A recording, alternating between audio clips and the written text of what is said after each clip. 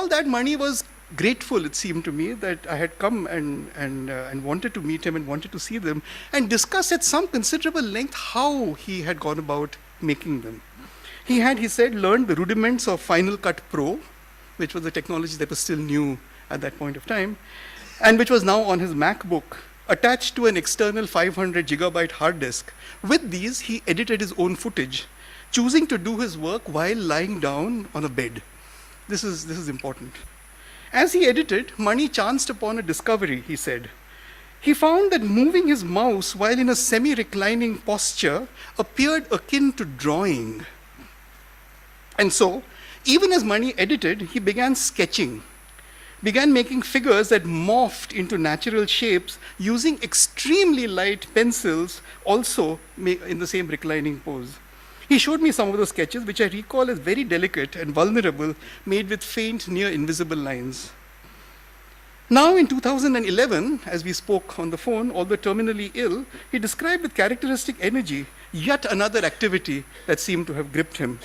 He had begun, he said, to record sounds on his mobile phone as he lay beside the window. These were apparently incidental sounds, and he now wondered aloud as to whether he might edit them into a work of sound art. This was in 2011.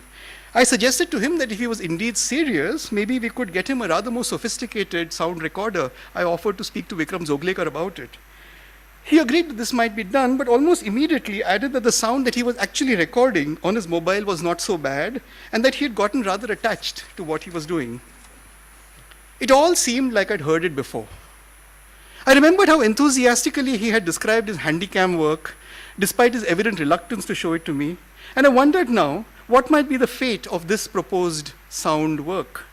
Was he serious about what he was doing, or was it just a momentary passing attraction? If he did make something of the sound work, would he even show it to me?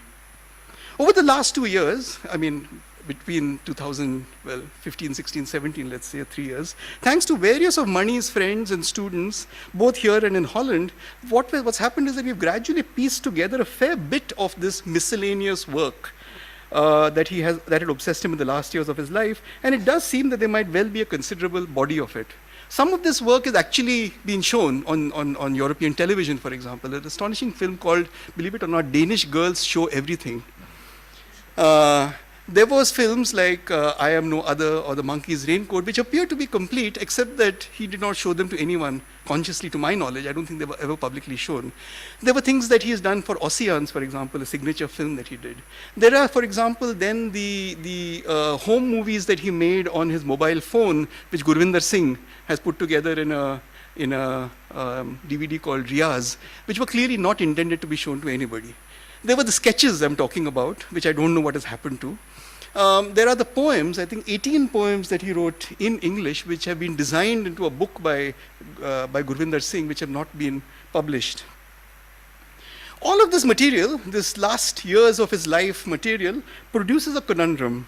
Is it important or is it not? Should it now be recognized as part of the master's late style? Or was it mere amateur dabbling? There remains the fact that Mani was at best personally ambiguous about putting this in the public arena. While the artist's personal view on such matters may not necessarily be the most relevant or the most accurate, the question remained, even as he dabbled with low-end sound technology, his handycam, his mobile, and his pencil.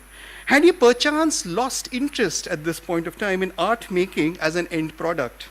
Was the final work, whether on paper, video, or sound, effectively unimportant, irrelevant, perhaps even unnecessary to be concluded, and emphasizing a process that he was exploring, which we must now excavate?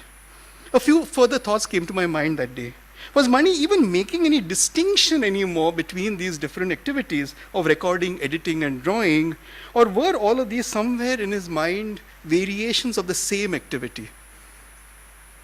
There might be a rather mundane reason for thinking of them as such, because digital content, for example, is the same whether it's sound, picture, and we know all that it's just a file on your computer. But did he have maybe some rather less mundane reason for thinking of them as such, for allowing for this conjuncture?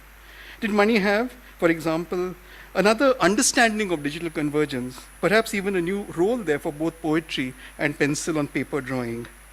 And then I had what I thought was a profound thought. It seemed to me that money was actually bringing all these activities together, and that they were indeed variants of a parent activity, one that might perhaps be described through the metaphor of writing.